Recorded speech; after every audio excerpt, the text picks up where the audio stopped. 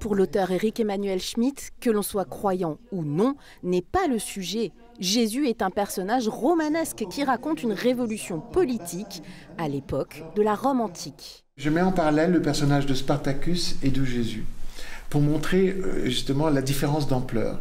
Spartacus, c'est une révolte, Jésus, c'est une révolution. Spartacus, c'est une révolte, pourquoi ? C'est un noble thrace qui a été capturé lorsqu'il défendait son pays par les Romains, qui a été réduit en esclavage. C'était une situation courante dans l'Antiquité pour les vaincus, et qui va être intégré à un ludus, c'est-à-dire une école de gladiateurs, et est destiné à se battre et à mourir en public dans les cirques romains.